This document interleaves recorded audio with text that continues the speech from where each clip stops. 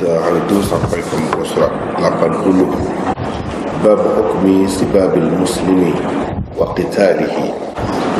An Abdullah bin Mas'ud qala Rasulullah sallallahu alaihi wasallam sibabul muslim fusuqun wa qitaluhu kufrun. Babul amri biluzumil iman والتمسك بشرائع الإسلام والنهي عن الارتداد عن الإسلام والتشبه بالكفار. عن عبد الله بن عمر عن النبي صلى الله عليه وسلم أنه قال في حجة الوداع ويحكم أو قال ويلكم لا ترجعوا بعدي كفارا يضرب بعضكم رقاب بعض. Kita tengok dulu apa yang kita baca. Hadis di bawah setiap bab itu hanya satu sahaja, tapi perbincangannya agak panjang. Jadi kita tengok dulu. Bab hukmi sibabil muslimi wa qitalihi. Bab hukum memaki orang Islam dan memeranginya. Hukum memaki orang Islam dan memeranginya. Hadis yang ke-53, Abdullah bin Mas'ud radhiyallahu anhu meriwayatkan, katanya Rasulullah sallallahu alaihi wasallam bersabda, memaki orang Islam adalah kefasikan, membunuhnya yakni kerana agamanya pula adalah kekufuran. Bab seterusnya ialah bab arahan supaya terus beriman dan berpegang teguh dengan syariat agama Islam, serta larangan murtad daripada agama Islam dan menyerupai orang-orang kafir. Hadis yang ke-54, Abdullah bin Umar radhiyallahu anhu meriwayatkan, katanya Nabi sallallahu alaihi wasallam bersabda pada haji wada', hati-hatilah kamu, janganlah kamu kembali menjadi kafir sesudahku, di mana sebahagian daripada kamu memenggal leher, maksudnya membunuh sebahagian yang lain. Itulah dua hadis yang kita baca di bawah dua bab tadi. Bab yang pertama untuk hadis yang ke-53 berbunyi babu hukmi sibabil muslim wa qitalihi. Bab hukum memaki orang Islam dan memeranginya. Kita ada nota di situ, kiranya sudah tahu semuanya. Sudah tahu semua bahawa tajuk ni bukan yang Muslim, Imam Muslim, dibuat oleh orang lain. Kalau kita bertemu di dalam kitab lain mungkin dengan cara Muslim yang berbeza-beza itu mungkin tak sama. Jadi jangan terkejut. Sebabnya itu mungkin sekali berlaku, tidak salah. Jadi puncanya ialah bab itu bukan dibuat oleh Imam Muslim sendiri. Cuba tengok nota tu. Ini ialah tajuk bab yang dibuat oleh Al-Ethiopi, Qadhi Iyad, Imam Nawawi, Al-Ubbi, As-Sanusi, dan kebanyakan penyusun matan Sahih Muslim membuat tajuk mereka untuk hadis berikutnya begini: Babu bayani qaulin Nabi sallallahu alaihi wasallam sibabul muslimi fusuqun wa qitalu kufr. Bab menerangkan sabda Nabi sallallahu alaihi wasallam, memaki orang Islam adalah suatu kefasikan dan memeranginya adalah kekufuran. Al-Qurtubi pula tidak membuat apa-apa tajuk di sini. Sebaliknya, beliau memasukkan hadis-hadis berikutnya di bawah tajuk bab yang sebelumnya. Jadi dimasukkan di bawah tajuk bab sebelum ini. Bab hukmi iman man intasaba li ghairi abih, tapi agak kurang sesuai. Qadhi Iyad, Imam Nawawi, Al-Ethiopi, Al-Qurtubi dan lain-lain ini adalah antara pensyarah Sahih Muslim yang masyhur. Yang terbaru daripadanya ialah Syarah Al-Ethiopi. Itu mengikut pengamatan saya lah, banyak keistimewaannya, banyak kelebihannya, dan agak terperinci. Nak banding dengan Syarah Imam Nawawi itu lebih detail lagi lah. Itu perkara pertama. Perkara yang kedua, kita perlu ingat bahawa yang kita baca ini ialah mukhtasar Sahih Muslim, ringkasan Sahih Muslim. Kalau kita baca Sahih Muslim yang asal, yang lengkap, kita akan dapati di bawah tajuk ini ada beberapa hadis, bukan satu hadis. Begitulah juga dengan bab-bab lain. Sebabnya ini adalah mukhtasar Sahih Muslim. Yang menjadi banyak tu dalam Sahih Muslim ialah kerana Imam Muslim bawakan sebanyak mungkin mutaba'at bagi hadis ini, dan syawahid baginya ada banyak. Seperti yang kita faham dah, iaitu berkenaan mutaba'at ialah hadis daripada saluran yang lain tetapi sahabatnya sama.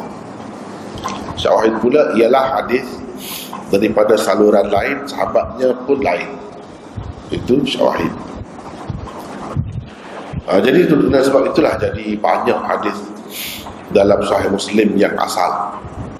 Dan kadang-kadang kita tengok dalam Sahih Muslim itu sikit satu lafaz saja berbeza, dia bawa lain terus dengan sanadnya yang lengkap. Banyaklah maksud dia di sebalik dia buat begitu. Memanglah kalau kita belajar yang lengkap itu pun ada kelebihannya sendiri, ada kelebihannya yang tersendiri. Kalau kita baca ringkasan ini pun ada kelebihannya yang tersendiri, masing-masing ada kelebihan. Kalau yang ada dengan mutaba'at, dengan syawahid, itu apa kelebihannya?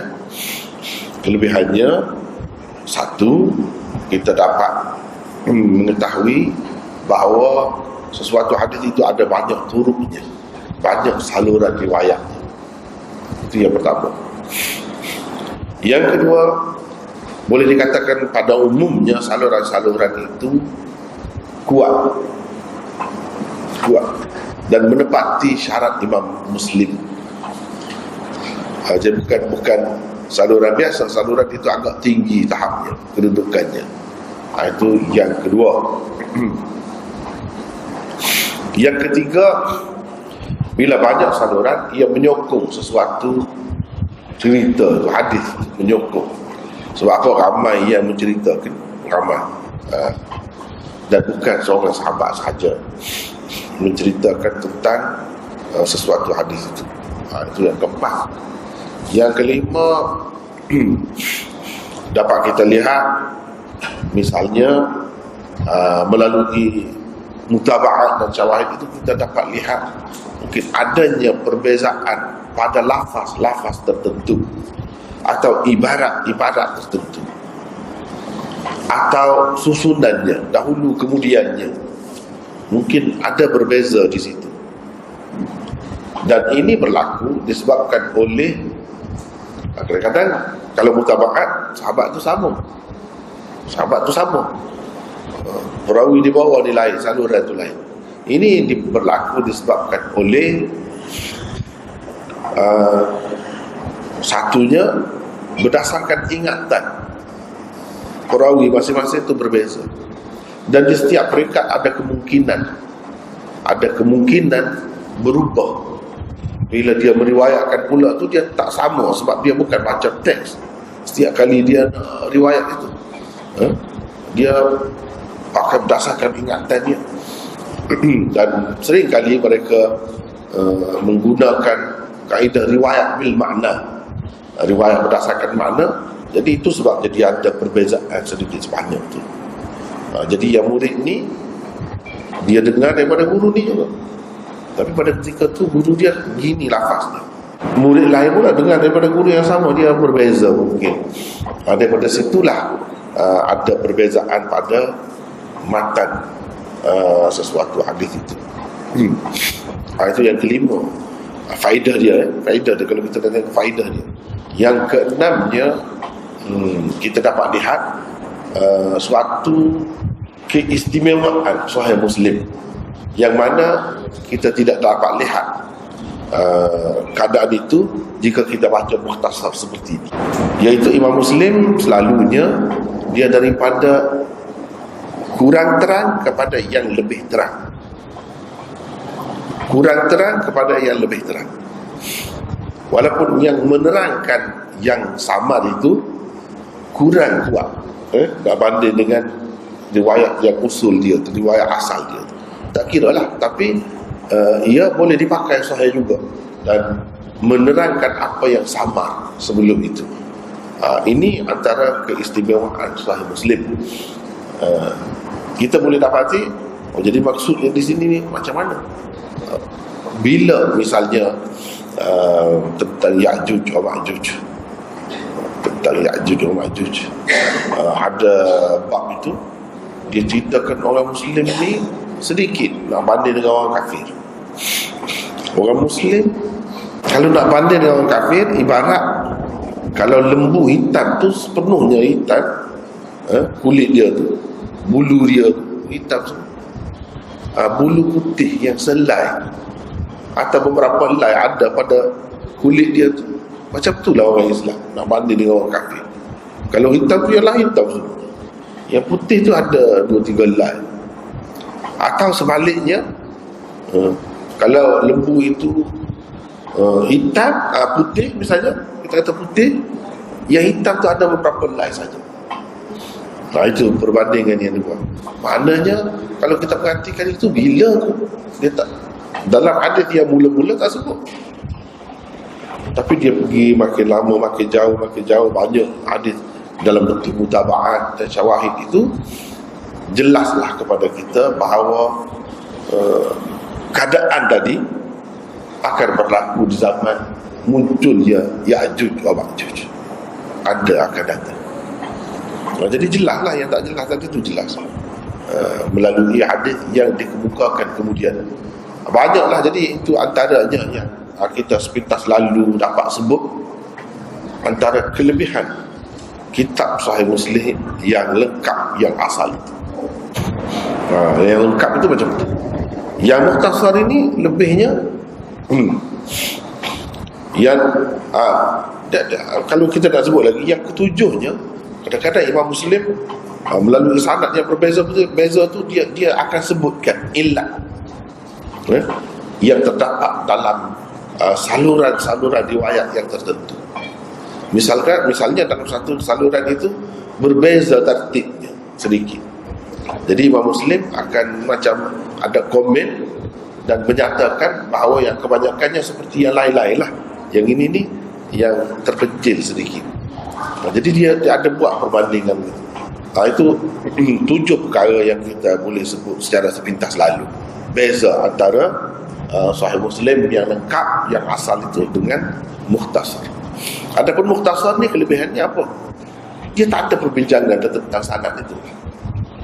Dan tidak diperlukan sangat pun perbincangan tentang sanad, sebab mengingatkan kitab Sahih Muslim ini adalah antara kitab yang diakui kesahihannya. Secara umumnya diakui kesahihannya. Jadi tidak diperlukan sangat kita nak tahu tentang perawi-perawi dia. Yang kita nak tahu sangat tentang perawi-perawi dia ni apabila kita nak menentukan sama ada hadis itu sahih ke atau tidak sahih. Kalau sudah diperakui oleh sekian ramai ulama bahawa hadis-hadis di dalamnya ini sahih, jadi tak perlu dah sanad itu. Kita ambil isi dia sajalah. Sebab sebenarnya yang perlu kepada kita, perlu untuk kita ialah hadis Nabi SAW itu. Kita nak dapat pengajaran dan panduan daripadanya. Itu yang utama. Yang duduk bahas sanad banyak-banyak pun untuk nak jaga yang betul juga. Itu yang sebenarnya isi. Jadi terus pergi kepada isi kesimpulannya. Jadi secara ringkas kita kata dapat isi, tak ada susah payah nak koyak, nak belah, nak apa ni kita kata belah, nak kopak dan sebagainya, tak perlu. Sebab sudah di apa ni, sudah dikopak, sudah dibersihkan isi yang dihidangkan di hadapan kita itu. Walau bagaimanapun dia kemukakan juga perawi yang terakhir, yang tertinggi ya, dia itu dari kalangan sahabat. Kita boleh tahu juga hadis ni daripada riwayat sahabat mana. Sekadar itu saja. Dalam banyak-banyak sahabat itu hanya diambil perawi yang teratas, iaitu dari kalangan sahabat, macam di sini Abdullah bin Mas'ud, selepas ini Abdullah bin Umar, itu sahaja. Yang lain-lain tak ada, tak perlu dibincangkan. Hadis yang ke-53, Abdullah bin Mas'ud radhiyallahu anhu meriwayatkan, katanya Rasulullah sallallahu alaihi wasallam bersabda, memaki orang Islam adalah kefasikan, fusuq. Membunuhnya pula adalah kekufuran. Jadi apa maksud Nabi sallallahu alaihi wasallam kata begini? Memaki orang Islam adalah kefasikan, maknanya suatu perbuatan yang boleh menjadikan seseorang itu membuatkan seseorang itu jadi fasik. Jadi fasik. Bila fasik, banyak perkara lah yang apa ni, tak ada, hilang keistimewaannya itu, hilang keistimewaannya bila fasik. Sehingga kan dalam apa ni, syariat Islam, dalam syariat Islam banyak peraturan dia berbeza bila fasik. Misalnya kalau wali, tak boleh jadi wali, tak boleh jadi saksi, dan sebagainya. Ini disebabkan oleh kefasikan. Nak jadi saksi, nak jadi apa, banyak masalah. Itulah maksud fasik. Dan fasik artinya orang yang melakukan dosa besar. Di sisi Allah itu satu kekurangan. Orang yang melakukan dosa besar, dan secara tidak langsung ia memberi makna memaki orang Islam itu adalah satu dosa besar. Ada beberapa perincian berkenaan dengan perbuatan memaki. Menurut Al-Ubbi, perbuatan memaki hamun boleh berlaku sama ada dari sebelah pihak sahaja atau dari kedua belah pihak. Sekiranya ia berlaku dari kedua belah pihak, hadis ini kelihatan bercanggah dengan sebuah hadis lain yang diriwayatkan oleh Bukhari, Muslim dan lain-lain yang berbunyi, al-mutasabban ma qala fa'ala al-badi. Al-mutasabban ma al-mutasabbani ma qala fa'ala al-badi ma lam yata'adda al-mazlum. Gitu ya. Bermaksud dosa ucapan makian dua orang yang saling memaki hamun ditanggung oleh orang yang memulakannya. Selagi orang yang dizalimi, yakni yang dimaki, terlebih dahulu tidak bersikap melampau-lampau, yakni dalam membalas perbuatan lawannya. Jadi begitulah timbul kemuskilan dari situ. Kenapa? Sebab yang menanggung hanya yang memulakan memaki itu saja, kalau berdasarkan hadis ini. Jadi al-mutasabbani ma qala fa'ala al-badi. Jadi payah sikit kalau nak, mungkin salah faham kalau salah berhenti tu baca tu. Kalau kita nak cerita melalui bahasa nahwu, jelas lah, dia akan jelas. Maknanya yang mana, tempat mana kita nak berhenti, tempat mana kita nak cara baca. Misalnya kalau kita baca begini, sila al-mutasabbani ma qala fa'ala al-badi ma lam yata'adda al-mazlum. Dia kena baca begini, al-mutasabbani ma qala fa'ala al-badi, begitu. Dia kena baca begitu, cara baca.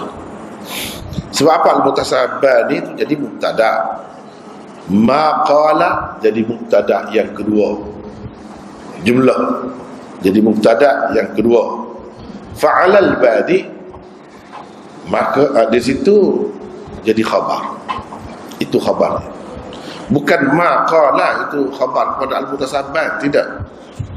Ma qala itu bukan khabar kepada al-mutasabbat, tetapi ma qala itu mubtada kedua dalam nahwu. Ma qala itu jadi mubtada yang kedua. Fa'alal badi'i itu jadi khabar.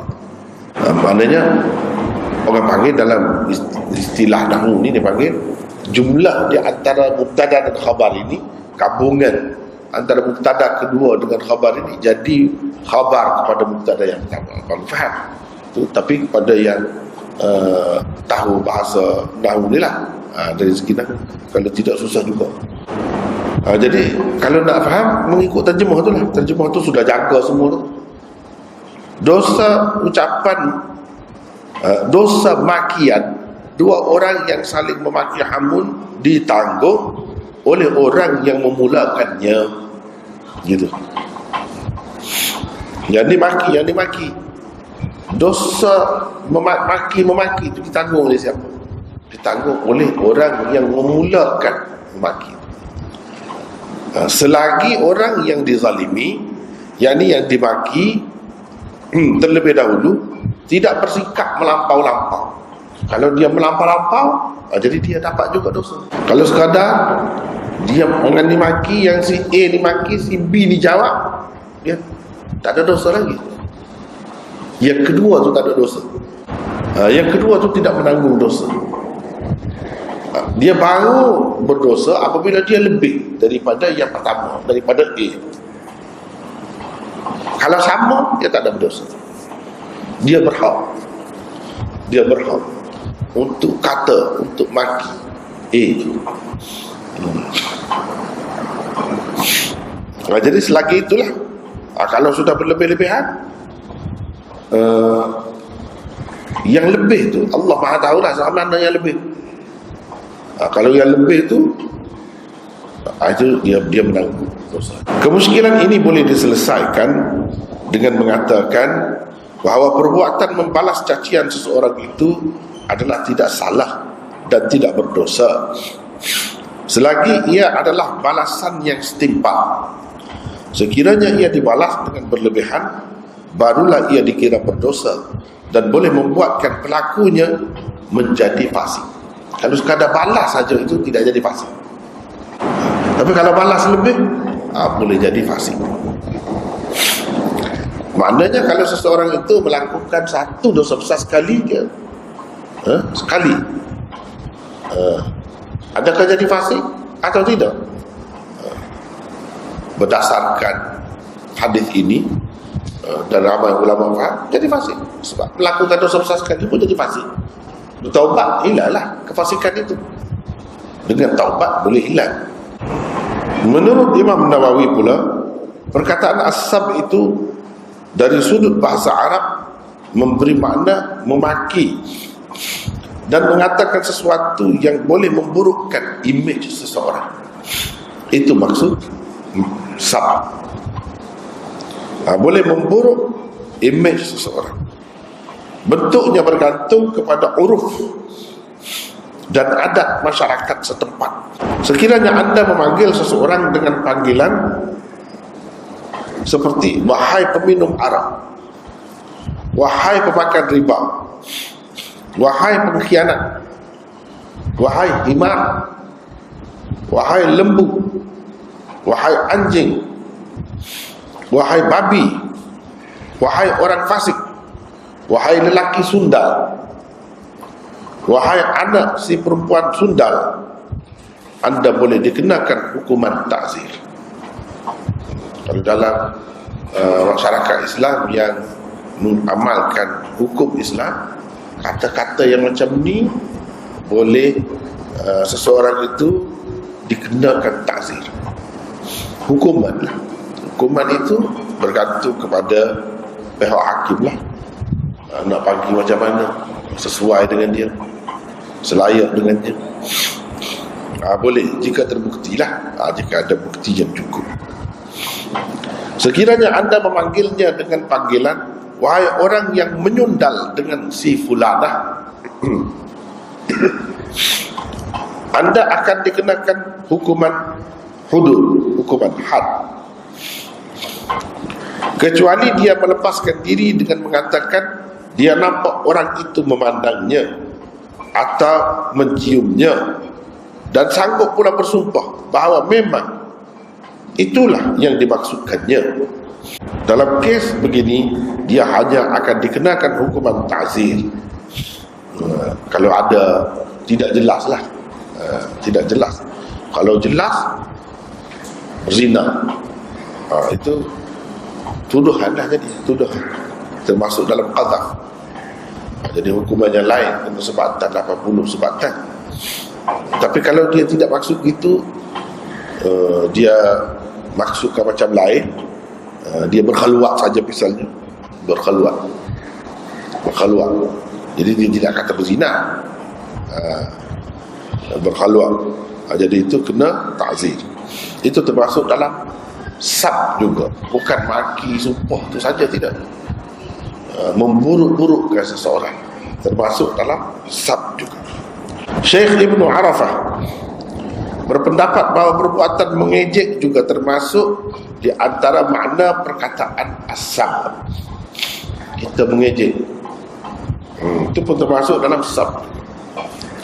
Perbuatan seumpama itu yang dilakukan dengan niat untuk mengajar pula tidak termasuk dalam makna as-sab tersebut.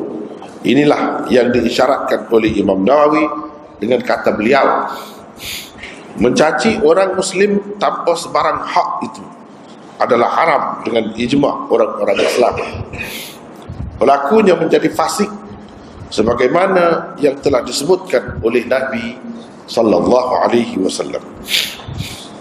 Hukumannya ialah ta'dib atau ta'zir, dipanggil juga ta'zir. Kalau ta'dib maknanya dikenakan tindakan disiplin terhadapnya, tindakan disiplin terhadapnya, kerana ia adalah sejenis gangguan terhadap orang lain. Jadi kita mengejek, kita kata kepada seseorang kecacatan dia tu, kita sebut kecacatan dia tu, misalnya dia ada sesuatu kecacatan, keaiban, kita sebut sebagai mengejek, itu boleh dikenakan tindakan juga, dikenakan tindakan juga. Sebab itu berarti mengganggu orang lain, dan ini termasuk dalam sab juga. Imam Malik mengatakan bahawa orang yang menyakiti orang Islam lain boleh dikenakan hukuman ta'zir. Jadi ta'zir itu lebih berat lagi lah, kalau nak kira daripada ta'dib. Ta'dib itu tindakan disiplin. Maki orang Islam adalah kefasikan. Jadi luas kalau dia itu tidak, kita kata memaki itu kalau dalam istilah kita tu macam menyumpah gitu kan. Tapi di sini lebih luas lagi. Sebab itu perlu kepada perbincangan tu. Sab itu apa makna sab? Memanglah salah satu maknanya memaki, tetapi ia lebih luas lagi sebenarnya daripada maki itu saja. Kita memburuk-burukkan imej seseorang, itu pun termasuk juga dalam sab yang dilarang oleh Nabi SAW, dan menyebabkan jadi fasik, dan memeranginya, membunuhnya. Kita ada yang lebih tepatnya ialah memeranginya, yang mana hasil dia tu membunuhnya. Hasil memerangi itu kemuncaknya ialah membunuhnya. Kemudian membunuh kerana agama adalah kekufuran. Setengah-setengah ulama dia tidak sebutkan qaid itu, tak perlu ada dalam kurungan itu kerana agamanya. Tidak kerana agamanya pun dia tu orang Islam, itu satu kekufuran. Cuma apa maksudnya dengan dia kata Nabi SAW kata satu kekufuran, itu apa maksudnya? Di situ ada beberapa makna pula seperti yang dapat kita lihat dalam nota itu. Sekiranya pembunuh menganggap perbuatan itu halal, dia menjadi kafir dan terkeluar dari agama Islam. Kalau dia anggap halal, maka terkeluar daripada agama Islam. Jika tidak, maka ada beberapa penjelasan mengenainya. Dia tidak menganggap halal, dia tidak menganggap halal, tapi dia bertindak begitulah. Jadi ada penjelasan. Satu, dia kufur terhadap nikmat persaudaraan sesama Islam yang dikurniakan oleh Allah kepada mereka. Kufur di sini bukan dengan arti kufur yang mengeluarkan seseorang itu daripada millah, daripada agama. Yakni bukan jadi orang kafir lah. Bukan begitu. Tapi kufur di sini dipakai dengan makna kufur nikmat, iaitu lawan kepada syukur. Kufur yang sebenar tu, yang mengeluarkan daripada agama itu lawannya kufur. Lawannya iman. Kufur itu lawannya iman. Iman lawan kufur. Ni kufur bukan lawan iman, tapi lawan nikmat, syukur. Syukur. Jadi kufur ni kufur nikmat. Sebenarnya persaudaraan itu adalah satu nikmat besar daripada Allah Subhanahu wa taala. Bila kita membunuh saudara kita, artinya kita tidak syukur nikmat Allah, nikmat persaudaraan itu. Itu maksudnya. Sebab dia dalam bahasa Arab itu selalu dia gunakan perkataan itu, tapi bukan dengan makna ni, dengan makna ni, dengan makna yang satu lagi. Selalu kita dapati di dalam bahasa Arab dia penggunaan seperti itu. Yang kedua, dia kufur, tidak bersyukur, maksudnya terhadap kebaikan dan nikmat Allah, seperti kekufuran sikap tidak berterima kasih seorang isteri kepada suaminya. Jadi kufur itu terhadap kebaikan dan nikmat Allah, seperti kufur, jadi sikap tidak berterima kasih seorang isteri kepada suaminya, dan lain-lain lagi. Boleh berlaku begitu. Jadi lebih kurang yang pertama juga makna dia tu, lebih kurang yang pertama juga, cuma dalam bentuk contoh, dalam bentuk contoh. Nah, ini juga bermakna kufur nikmat, kufur nikmat. Yang ketiga, perbuatannya itu mungkin sekali akan menyeretnya menjadi seorang kafir yang sejati. Kufrun itu maksudnya membawa dia jadi orang kafir, masuk ke dalam kekufuran yang sebenar. Itu maksudnya. Dia selalu dalam hadis-hadis ni, sebab dia guna bahasa Arab kan, macam itulah. Macam dalam hadis Abu Dawud disebutkan seorang yang bermusafir seorang diri, syaitan, dia kata. Orang yang bermusafir dua orang, dua syaitan. Dua syaitan. Orang yang bermusafir lebih daripada itu, baru rombongan. Jadi mana macam mana? Itu perlu ditakwil. Bukan maksudnya syaitan, betul-betul syaitan tu yang sebenar tu, tidak. Tapi dengan maksud lain. Macam ni kufurun membawa kepada kufur. Macam tu syaitan, mana boleh ke syaitan lah, boleh ke syaitan tadi. Boleh tak, dia tu dikuasai oleh syaitan. Dia akan lemah dengan syaitan. Itu maksud. Yang keempat, perbuatan membunuh orang Islam itu ialah perbuatan orang kafir.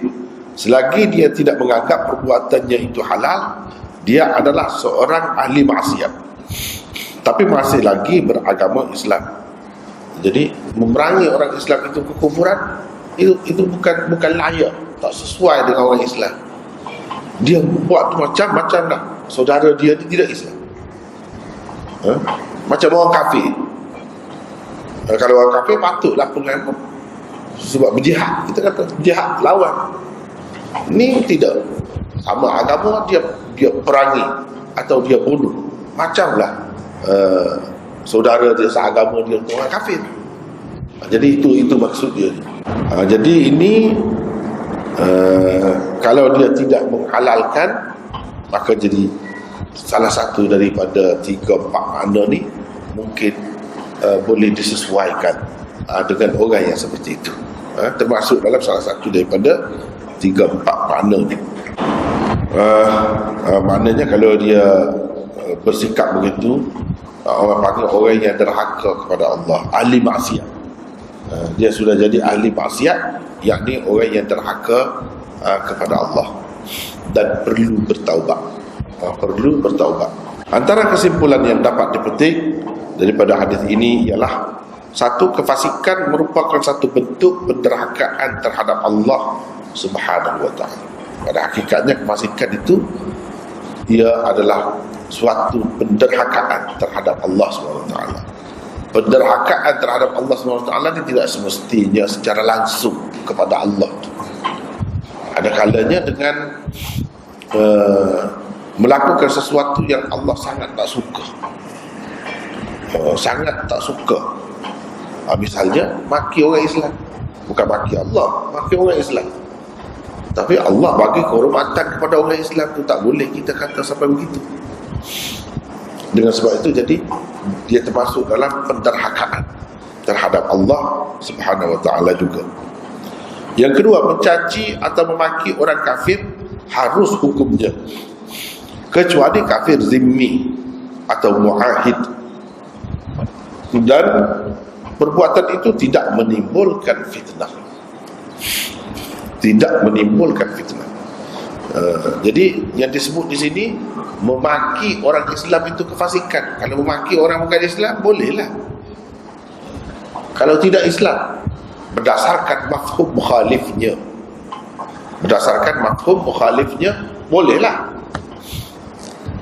Tetapi perinciannya ada pula, kafir macam mana, semua kafir pun tak boleh pula. Kalau kafir zimmi tak boleh, kafir muahid pun tak boleh juga. Tak boleh juga. Yang boleh hanya kafir harbi. Itu pun kalau tidak menimbulkan fitnah. Kalau menimbulkan fitnah, tak boleh juga. Kena kawallah diri. Sebab apa dalam Quran ada sebut, wala tasubbul ladina yad'una min dunillah fayasubbullaha adwan bighairi ilm. Jangan kamu maki orang-orang yang menyembah selain Allah itu. Nanti mereka akan maki Allah pula tanpa ilmu. Kita maki berhala dia,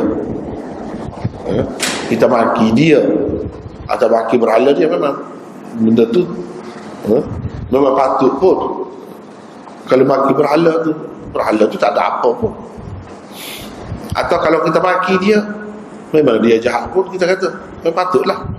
Tapi akibat dia tu, dia tidak maki kita, dia maki Allah, dia maki agama Islam. Itu fitnah lah. Itu fitnah. Kalau sampai begitu, jangan maki. Tak boleh juga maki. Jadi memaki ini bukan suatu permainan, bukan suatu hiburan. Tidak. Sesuatu yang kena dijaga betul-betul. Kalau orang Islam tentu dah tak boleh. Kalau orang kafir pun banyak perinciannya. Orang kafir pun, kalau kafir harbi sekalipun, macam tadilah dalam Quran tersebut, Allah tak bagi maki. Takut-takut dia bertindak balas. Dia bertindak balas tu tanpa pengetahuan, dia tak tahu. Yang dia kata tu kepada yang tak patut kata. Kalau kita kata itu tidak salah, memang patut pun, tapi takut-takut jadi fitnah. Sebab itu tak boleh juga. Yang ketiga, haram memaki orang Islam yang zahirnya adil. dan berada di atas jalan yang lurus.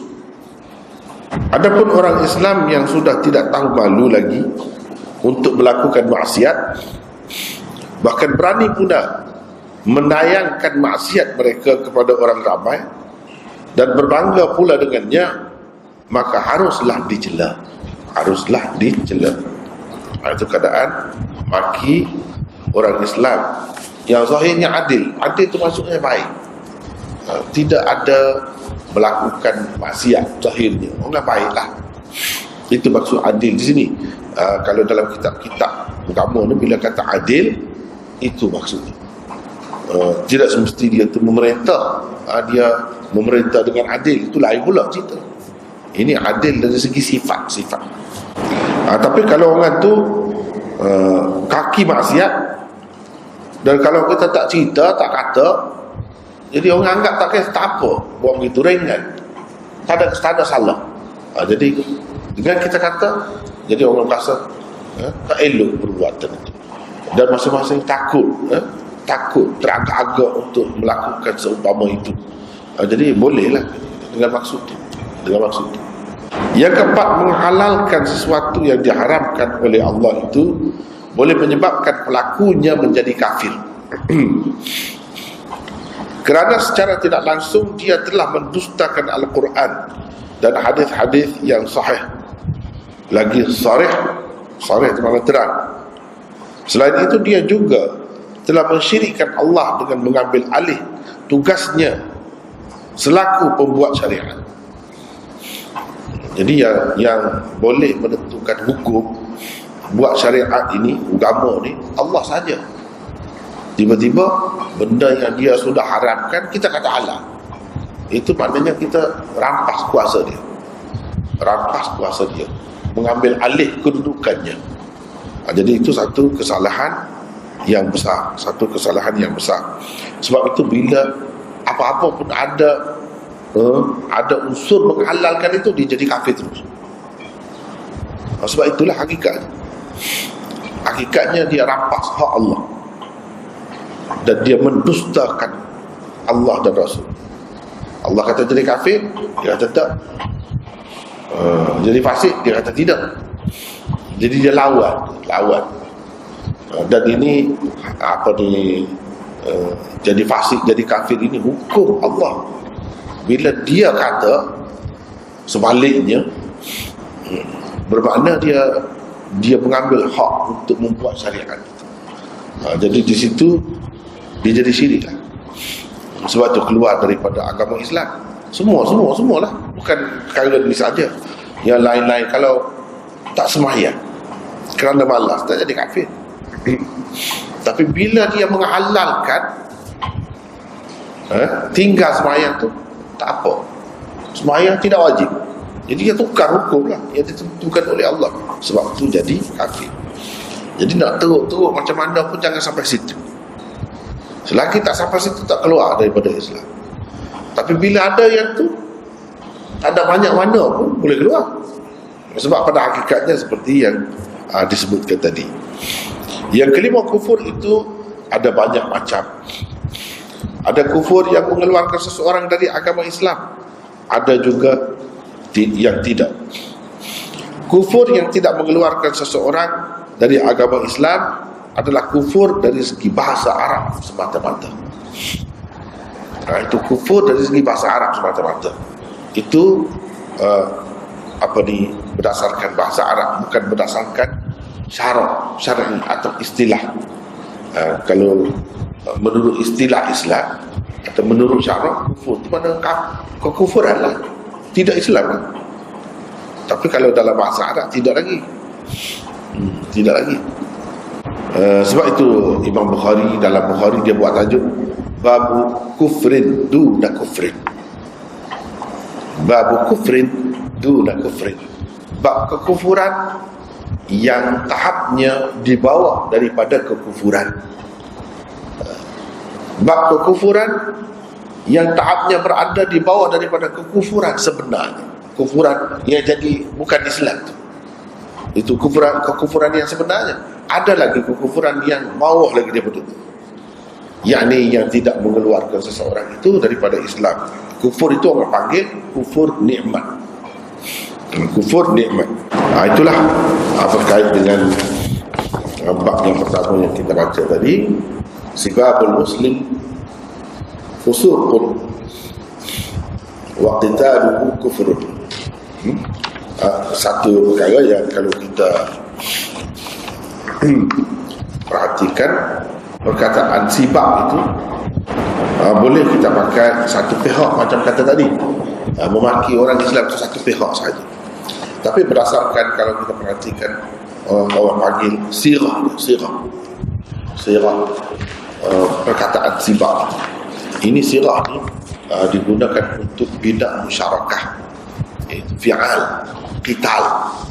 Jadi qital dia bukan daripada qatala. Kalau qatala yaqtulu qatlan, ini qatala yuqatilu qital. Qital ni dua pihak, dua arah.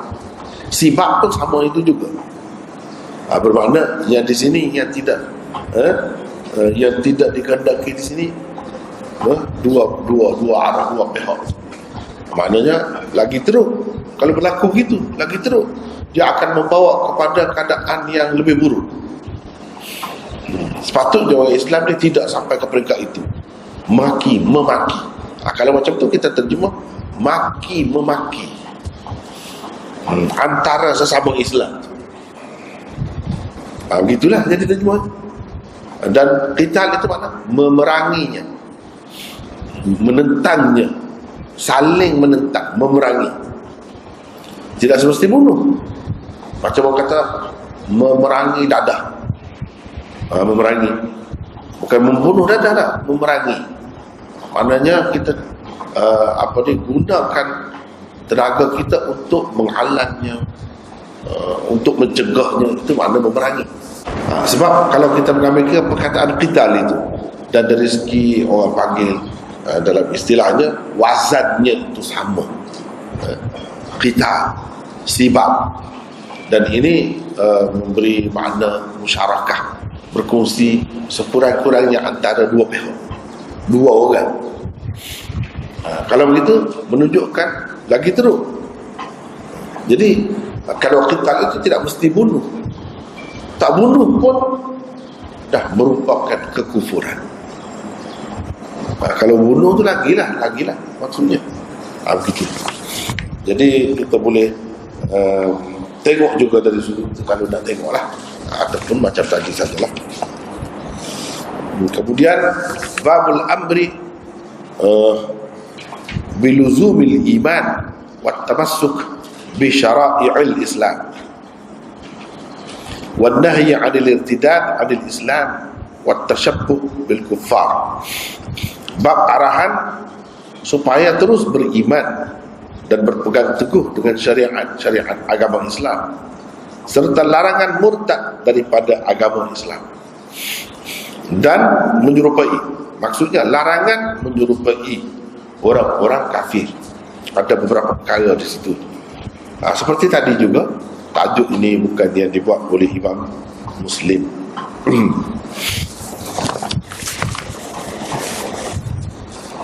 Hadisnya diriwayatkan daripada Ibnu Umar, katanya Nabi SAW bersabda pada haji wada'. Pada haji wada' itu banyak hadis-hadis yang Nabi SAW sabdakan menjadi asas, panduan utama. Sebab ini Nabi kata tu di hadapan ribuan, puluhan ribu sahabat-sahabatnya, dan ini adalah kali terakhir dia bertemu dalam majlis beramai-ramai begitu. Jadi ini macam satu pesanan yang penting lah kira-kira. Selepas itu ramai di antara mereka tak bertemu dah, balik masing-masing negeri, tak bertemu dah. Dan tak lama selepas itu Nabi SAW wafat. Itu cerita. Sebab itu jadi penting bila sebut pada haji wada' tu. Bila sebut pada haji wada' tu, kita kena bagi perhatian yang lebih khusus. Seolah-olahnya ini adalah wasiat, pesanan khusus daripada Rasulullah SAW untuk umat. Wa yahkum, atau baginda bersabda, wailakum. Wail ini asalnya dia dengan makna kecelakaan, celaka kamu, kamu, tapi tak sesuai. Kalau kita guna begitu untuk Nabi SAW. Sebab itu kalau kita perhatikan dalam bahasa Arab, dia ada banyak makna di sini. Banyak makna, bukan macam itu saja makna. Antaranya ialah untuk untuk tambih, yang mengingatkan supaya berhati-hati, supaya berwaspada. Jadi kita terjemah, hati-hatilah kamu. Itu lebih sesuai. Lebih sesuai. Janganlah kamu kembali menjadi kafir sesudah. La tarji'u ba'di kuffara yadribu ba'dukum riqaba ba'd. Janganlah kamu kembali menjadi kafir sesudahku, di mana sebahagian daripada kamu memenggal leher, yakni membunuh sebahagian yang lain.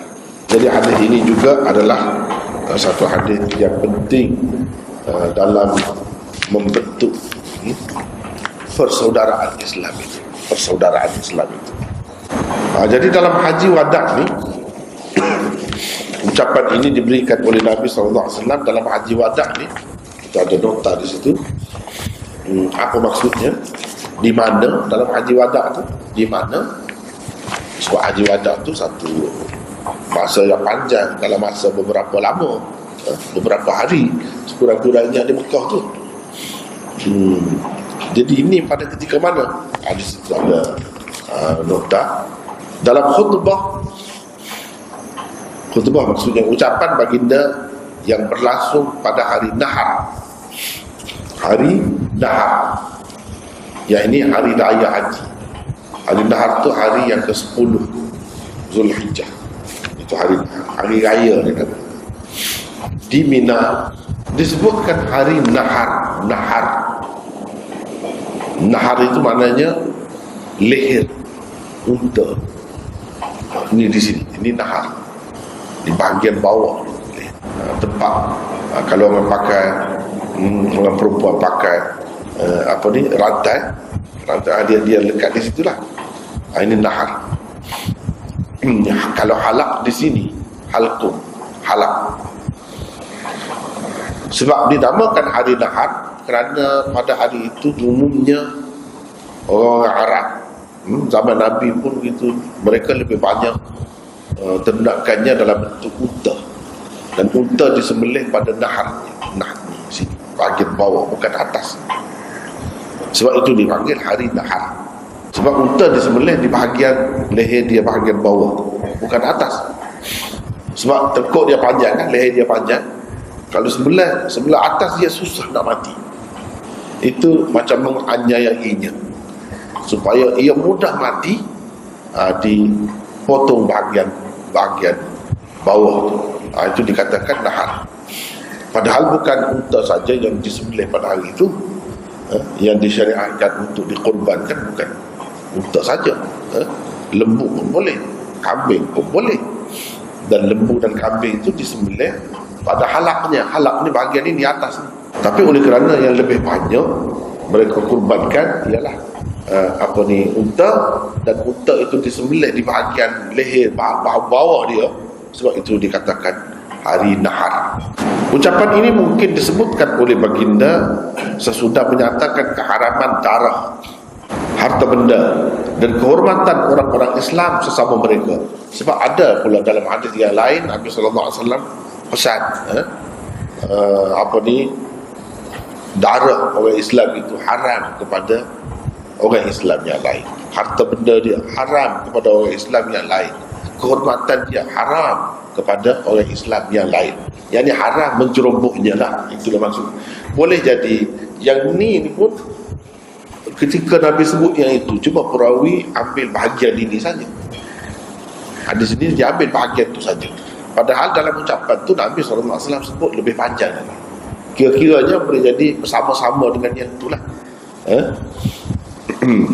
Inna dima'akum wa amwalakum wa a'radakum haramun alaikum. Begitu. Haram kepada kamu apa di darah, harta benda dan sebagainya. Haram itu maksudnya haram dicurubuhi. Haji tersebut dinamakan haji wada' kerana ketika itulah Rasulullah sallallahu alaihi wasallam mengucapkan selamat tinggal kepada manusia dan berkhutbah kepada mereka mengenai urusan agama. Dalam majlis yang sama, baginda sallallahu alaihi wasallam berpesan agar orang-orang yang hadir menyampaikan ucapannya itu kepada orang-orang yang tidak hadir. Jadi macam haji wada' mana perpisahan, haji perpisahan, macam tak lama dah dia nak tinggal rumah dia ni. Sehingga dia pesan, kalau tak ada ni, yang tak ada ni, orang yang tak ada perlu disampaikan oleh yang ada. Liyuballigh syahid al-ghaib, liyuballigh syahidul ghaibah. Yang ada ni kenalah sampaikan kepada yang tidak ada. Artinya benda ni penting, pesanan dia ni penting. Jadi kalau kita perhatikan yang penting tu apa? Jaga persaudaraan dan jaga iman. Ini kita jangan lupa, ini masih lagi di bawah kitabul iman.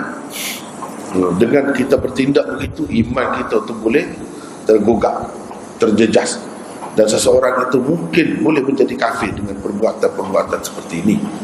Perkataan sesudahku la tarji'u ba'di, itu pun ada isyarat juga. Sebab itu orang panggil haji wada', haji perpisahan. Seolah-olahnya macam ada Nabi SAW buat haji beberapa kali, yang sebenarnya tak ada, dia buat sekali je.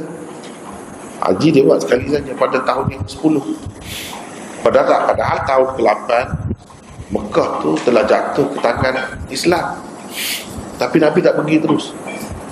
Tahun yang ke-8, tahun yang ke-9, tahun yang ke-10 baru pergi.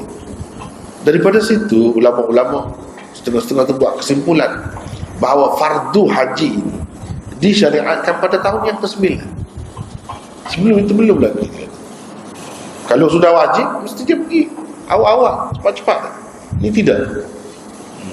Kalau ada pun tidak tahap fardu lah, tidak tahap yang dikatakan rukun tu, rukun Islam tu. Sebab kalau kita tengok dalam hadis-hadis memang ada perbezaan. Ada yang kata diwajibkan tahun yang ke-6 lagi, ada yang kata pada tahun yang ke-8, macam-macam lah. Tapi yang jelasnya daripada hadis-hadis, walaupun Nabi SAW tak pergi, dia sudah hantar rombongan yang dikepalai oleh sahabat-sahabat utamanya untuk orang pergi buat haji pada tahun yang ke-8, tahun yang ke-9, yang ke-9 lah khususnya. Dia suruh Abu Bakar pergi bawa orang pergi buat haji. Tujuannya ialah kenapa? Sebab walaupun pada tahun yang ke-8 tu dia banyak dah bersih Kaabah tu daripada berhala-berhala, banyak dah, boleh dikatakan tak ada dah. Sudah dibersihkan semuanya. Tetapi masih lagi orang yang pergi buat kerja haji itu dengan cara lama dia. Itulah sebab Nabi SAW tak pergi lagi. Dia nak pergi itu dalam keadaan betul-betul bersih, tak ada bercampur bau dengan suasana ataupun cara yang tidak direstui oleh Allah Subhanahu Wa Taala. Sebab itulah dia buat peristiharan. Dia buat peristiharan bila Abu Bakar pergi pada tahun yang ke-9, iaitu jangan lagi ada orang yang bertawaf dalam keadaan telanjang misalnya. Itu masih ada lagi, mungkin ada. Jadi nak bersih betul-betul. Lepas tu baru dia pergi sendiri pada tahun yang ke-10. Kenapa dipanggil haji wada'? Sebab sekali ni saja dia haji, lepas pada tu tak ada dah. Kemudian ada beberapa ucapan dia di dalam haji itu, ikutlah pada mana-mana hari, ada beberapa ucapan dia yang mengisyaratkan macam dia tak lama dah nak pergi, nak meninggalkan dunia ini. Bahkan kalau mengikut mengikut turun ayat-ayat Quran, surah yang terakhir turun dengan lengkap yang terakhir ialah surah An-Nasr. Idza jaa nasrullahi wal fath, Dan ini turun di Mina hari ini, hari yang sama. Dan turunnya surah itu mengikut Ibnu Abbas, Sayyidina Umar dan lain-lain adalah isyarat kepada Rasulullah SAW sudah sampai ke penghujung hayatnya. Sebab itu kalau kita tengok, selain daripada surah itu turun mengisyaratkan kepada Nabi SAW tak lama lagi akan hidup, kalau kita tengok di sini dia kata la tarji'u ba'di, jangan kamu kembali sesudahku, selepasku. Apa makna selepasku? Walaupun ada banyak makna, tapi salah satunya ialah setelah aku tiada. Kenapa dia sebut benda-benda begini? Sebab itu dinamakan haji wada. Sebab ada beberapa perkataan yang digunakan itu macam orang nak pergi tu. Macam dia pesan tu macam dia nak pergi. Dan memang tak lama selepas itu dia meninggal dunia. Perkataan sesudahku, selepasku yang disebut Rasulullah SAW di sini berkemungkinan membawa beberapa maksud berikut. Satu, sesudah aku beredar dari tempat aku menyampaikan khutbah ini. Itu satu maknanya. Yang kedua, sesudah aku memberitahu kepadamu apa yang kamu patut dan tidak patut lakukan. Itu maksud sesudahku. Yang ketiga, sesudah kewafatan. Bagi saya yang paling sesuainya yang ketiga. Sebab ini sesuai dengan haji wada itu sendiri. Dan biasanya mana-mana pun dia kecelaruan, perpecahan berlaku dalam satu kita kata jemaah yang kuat. Biasanya bila pemimpin dia tidak ada, pemimpin agung dia tidak ada, itu akan berlaku. Semasa Nabi ada tidak, dan masih kuat lagi, masih kuat lagi. Dan kenyataannya pun begitu. Lepas Nabi tak ada, barulah ada berlaku apa yang kita panggil sebagai perang saudara itu, bunuh-membunuh sesama Islam. Itulah yang Nabi pesan. Itulah yang Nabi pesan. Benda ni akan berlaku sesudah dia. Ketika dia ada, kira-kiranya agak susah. Dan memang tak berlaku pun. Memang tak berlaku pun. Jadi sesudahku termasuk selepasku, selepas aku tiada, selepas aku mati, wafat, meninggal dunia. Itu lebih tepat dari beberapa sudutlah kalau kita tengok kepada keadaan itu, keadaan dia sebut itu. Dengan turunnya surah An-Nasr yang mengisyaratkan kepada kematian dia, dan banyak lagi isyarat-isyarat dia, macam dia berwasiat. Wasiat itu cara orang yang nak mati. Menurut Imam Nawawi, terdapat 7 pendapat berkenaan dengan sabda baginda, janganlah kamu kembali menjadi kafir sesudahku. Apa makna jangan kamu kembali menjadi kafir sesudahku? Yang zahirnya, kalau di zaman Nabi itu ramai daripada mereka itu asalnya tidak Islam, kafir. Jadi lepas Nabi mati, janganlah kamu kembali menjadi kafir. Jadi kafir semula. Jangan macam itu. Itu zahirnya. Tetapi Imam Nawawi menyebutkan ada beberapa makna, ada 7 pendapat dalam menjelaskan maksud Nabi SAW ini. Jangan kamu kembali menjadi kafir sesudahku. Satu, apa yang dimaksudkan dengan kufur itu ialah kufur dari segi syarak. Kufur dari segi syarak maksudnya jadi kafir sungguh. Sekiranya perbuatan membunuh orang Islam secara tanpa hak itu dianggap halal, macam tadilah dia halal, bila anggap halal itu memang jadi kafir betul.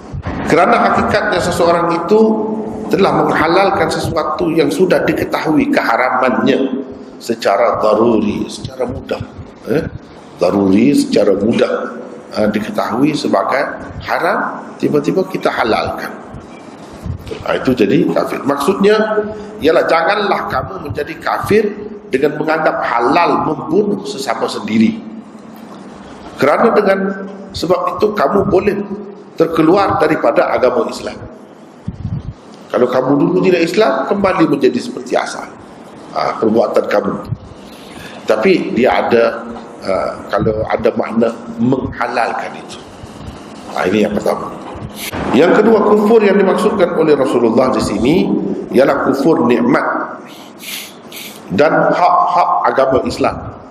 Maksudnya ialah janganlah kamu menjadi orang-orang yang mengingkari nikmat beragama Islam dan persaudaraannya, sehingga kamu saling bertetakan dan berbunuhan. Jangan jadi tidak bersyukur begitu, sebab ini persaudaraan Islam ini satu nikmat besar daripada Allah Subhanahu wa taala. Yang ketiga, perbuatan yang disebut itu boleh membawa kepada kekufuran yang sebenar. Jadi maksud sabda baginda sallallahu alaihi wasallam ini ialah janganlah kamu melakukan sesuatu yang boleh membawa kamu menjadi kafir, yaitu dengan berbunuhan sesama sendiri. Itu makna yang ketiga. Yang keempat, perbuatan yang disebutkan itu ialah perbuatan orang-orang kafir. Membunuh orang Islam ni itu perbuatan orang kafir.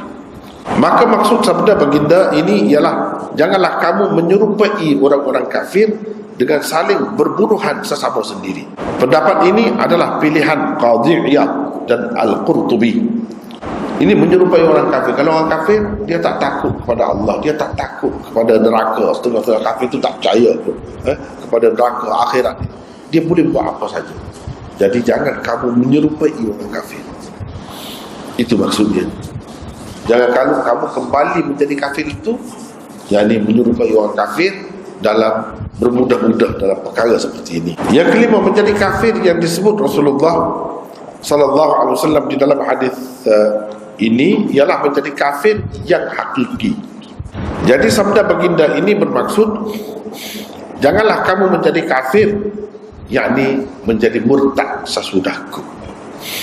Setelah Islam, bila jadi kafir, mana murtadlah. Ini artinya pesanan Nabi terhadap umatnya supaya jangan murtad. Dan memang pun selepas Nabi tidak ada berlaku tu dalam kenyataannya, beberapa pihak telah murtad.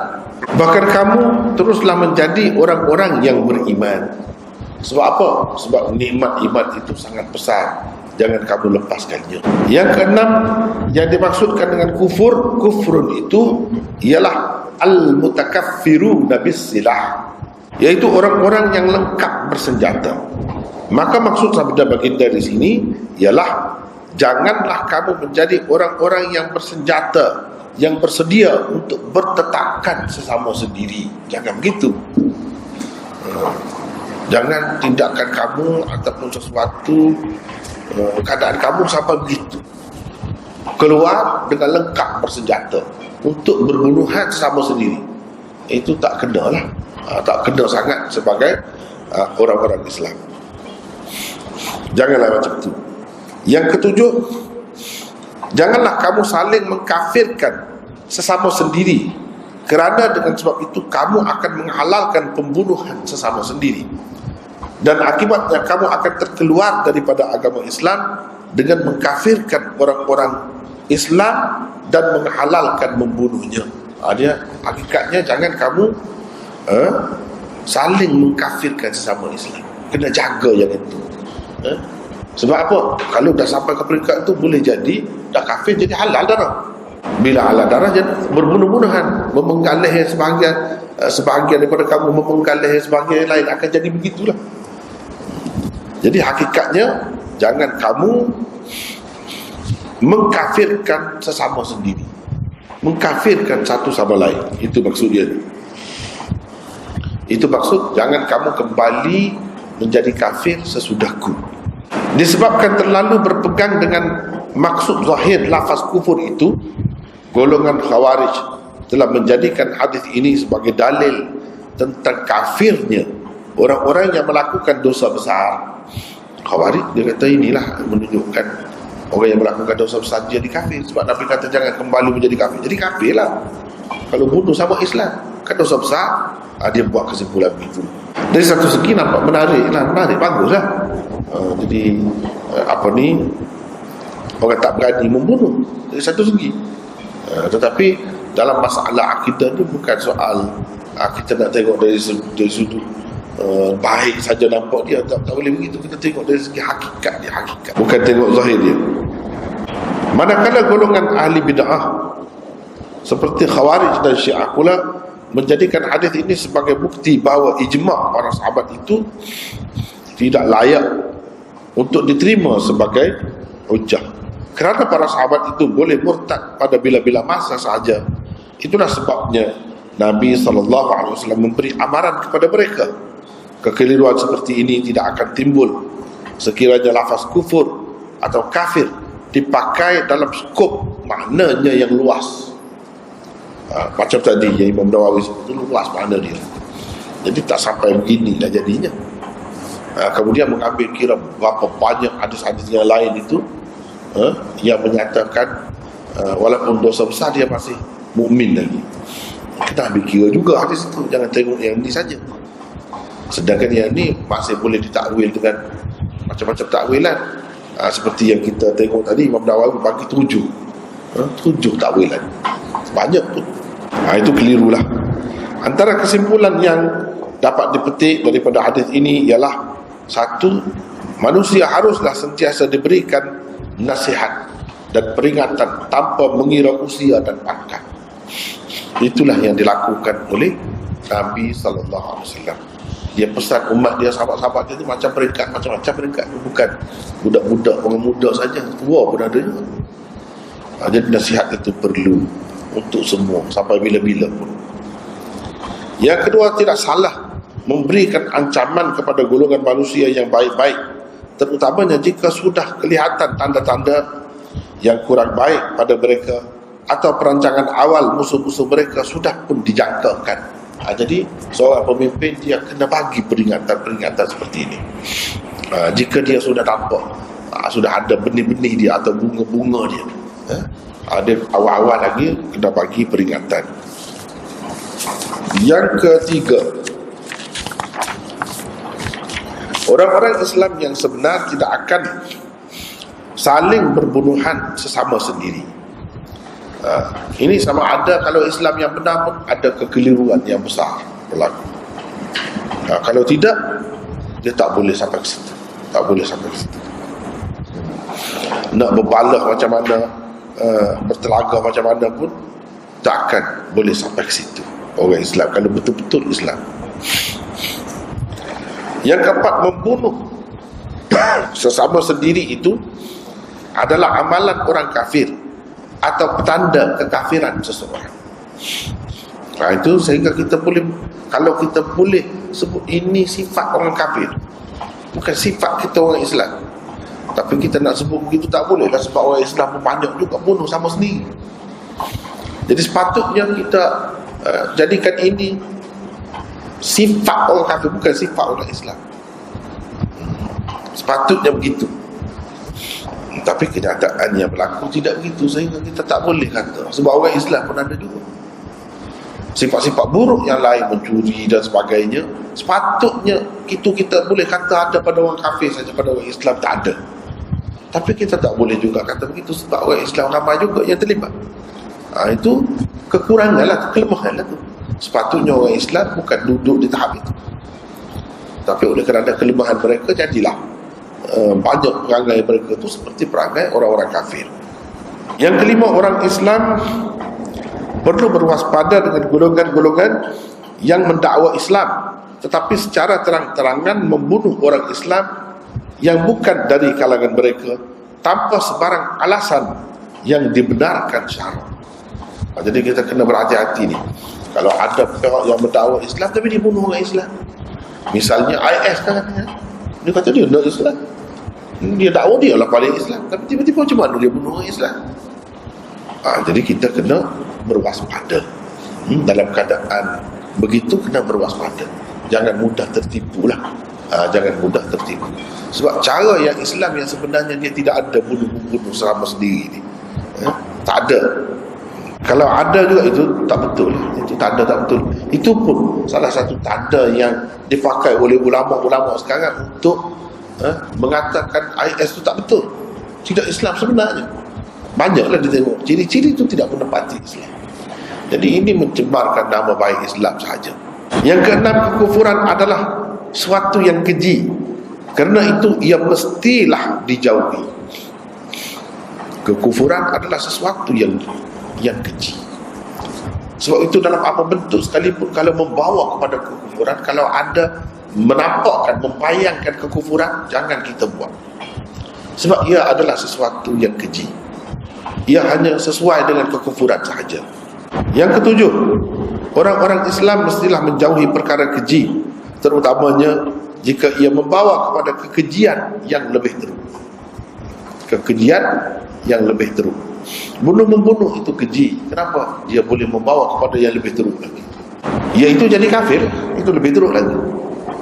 Jadi punca yang boleh membawa kepada yang lebih teruk itu jangan kita buat, daripada awal-awal lagi. Begitulah rasanya untuk hari ini kita setakat itu dulu. Untuk hari ini, wallahu a'lam.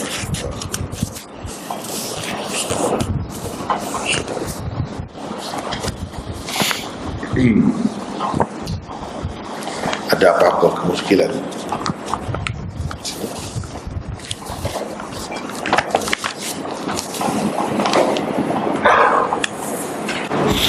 Kira sahabat itu tokoh hadis ini kalangan wanita sama dari mereka kata dia selain pada sahabat ada tokoh hadis di kalangan umat. Oh, ada ramai juga, tapi tidak seramai lelaki lah. Misalnya Amrah binti Abdurrahman, anak murid kepada Aisyah. Hafsah binti Sirin, kan selalu kita jumpa juga dalam hadis, itu bukan sahabat, adik-beradik kepada Muhammad bin Sirin yang terkenal. Ini alim juga, adik-beradik dia namanya Hafsah binti Sirin. Kan ramai lagi yang lain. Ini boleh kita kesan dalam hadis-hadis, dalam sanad-sanad hadis. Kalau yang banyak tu macam Amrah tu memang hebat, Hafsah memang hebat. Kemudian Ummu Darda, ada dua, Ummu Darda sahabiyah, Ummu Darda tabi'iyah. Yang tabi'iyah tu lebih alim. Bini dia yang nombor dua, isteri dia yang nombor dua tu lebih alim daripada sahabat. Yang sahabat tu lebih kerana sahabat dia lah, walaupun dia tidak sealim ni. Yang alim tu yang tabi'in, ramai. Kalau nak tengok lebih senang lagi, buka kitab rijal. Biasanya kitab rijal ini untuk wanita di belakang. Di belakang. Tengok situ. Tetapi ialah memang jelas lah, daripada dulu sampai sekarang tidak seramai lelaki. Itu jelas. Sekarang ni ada, macam di Pakistan pun ada belajar hadis sampai ke daurah hadis, habis perempuan. Tapi sampai sekarang tak ada tu. Itu ialah sampai sekarang tak ada tu. Ya, sekadar mengajar begitu, kemudian bagi sanad, ada lah, boleh, akan ada lah macam tu, dengan sebab dia tu memang terima sanad. Tapi nak kata dia tokoh yang dirojoki, setakat ini tak ada lagi kalau di Pakistan. Sebab di sana pun sebenarnya pendedahan untuk orang perempuan ini baru, dulu tak ada macam tu. Lalu Darul Ulum Deoband tu 100 tahun dah, 100 tahun lebih, sampai sekarang tak ada lagi. Lelaki saja ada. Tapi kalau di Pakistan agak banyak di pusat-pusat pengajian yang ada juga untuk perempuan. Tapi barulah ke mana-mana. Baru pun kalau nak kira dia banyak peringkat dah yang sudah tamat itu, tapi tak ada penulis yang hebat-hebat, yang besar-besar pun tak ada. Cuma sekadar meriwayatkan hadis gitu, bolehlah dia sudah layak, sudah ada kelayakan. Cuma tokoh lebih ramai, kalau kita nak kira, kalau melihat kepada keadaan sekarang ni, lebih ramai yang dulu lagi, yang hebat-hebat. Umpamanya saya sendiri, dalam sanad-sanad, beberapa sanad saya tu banyak-banyak seorang yang perempuan ada, satu saluran, satu dalam ramai-ramai. Bayangkan, tak ramai. Malam tadi ada yang tanya siapa nama saya pun tak ingat. Malam tadi saya tak pastikan nama perawi itu. Ismail meriwayatkan daripada saudara saya, meriwayatkan kepada saya. Saya balik cek di hotel, saya pun tak ingat itu. Ismail, saudara dia tu namanya Abu Bakar. Abu Bakar. Itu kunyahnya. Nama sebenarnya Abdul Hamid. Ismail itu Ismail bin Abi Uwais. Ismail bin Abi Uwais. Oleh kerana dia tu ada sedikit masalah, tidak berapa kuat lah. Sebab itu Imam Bukhari tahwil sanad, dia ada dua sanad, dia tidak satu saja. Jadi riwayat itu dikemukakan sebagai mutaba'ah lah, bukan sebagai asas. Ismail bin Abi Uwais itu dia tak berapa kuat, ada dipertikaikan oleh setengah-setengah ulama. Saudara dia tu itulah maksudnya Abu Bakar. Nama sebenarnya Abdul Hamid. Itu mungkin semasa saya buat itu tak sempat tengok sepatutnya tempat-tempat yang keliru itu kena bagi, sepatutnya memanglah. Itu saya balik malam tadi saya bagi lah, bagi masuklah tu. InsyaAllah akan datang, akan ada. Sebut itu sebab elok. Kalau tanya kan, apa kita perasan, kalau tidak kita tak, mungkin tak sedar di mana yang kita tertinggal, di mana yang tak sempurna sebenarnya. Kalau tidak ditambah di situ, kadang-kadang kita tak ingat, terlepas gitu. Itu sebab elok kalau cerita, sebab ini bukan jadi buku lagi. Banyak kita boleh perbetulkan, boleh sempurnakan sebenarnya. Itu bagus. Dia kalau untuk nak pastikan nama-nama begitu ya, kalau dalam banyak-banyak syarah hadis ni tak boleh lawan Umdatul Qari. Tengok situ. Sebab kalau dalam Fathul Bari, Hafiz Ibn Hajar kadang-kadang dia tak sebut. Dia banyak ringkas-ringkas juga. Begitu juga kalau yang syarah-syarah yang lain tu lagilah tak kisah, dia tak bincang pun. Kalau yang bincang lebih khusus tentang perawi-perawi dia, Umdatul Qari Al-Aini, Badruddin Al-Aini.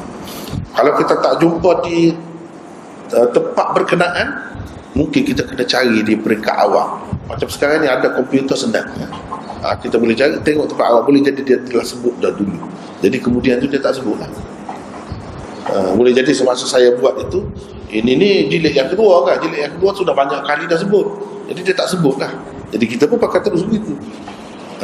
Jadi untuk kita nak tahu, kalau tak ada di tempat berkenaan, tengok yang dulu, sebelum, yang sudah lepas. Berapa kali dah nama dia ada dalam kitab ni. Tengok yang mula-mula, boleh jadi sudah ada di sana. Begitulah cara tu.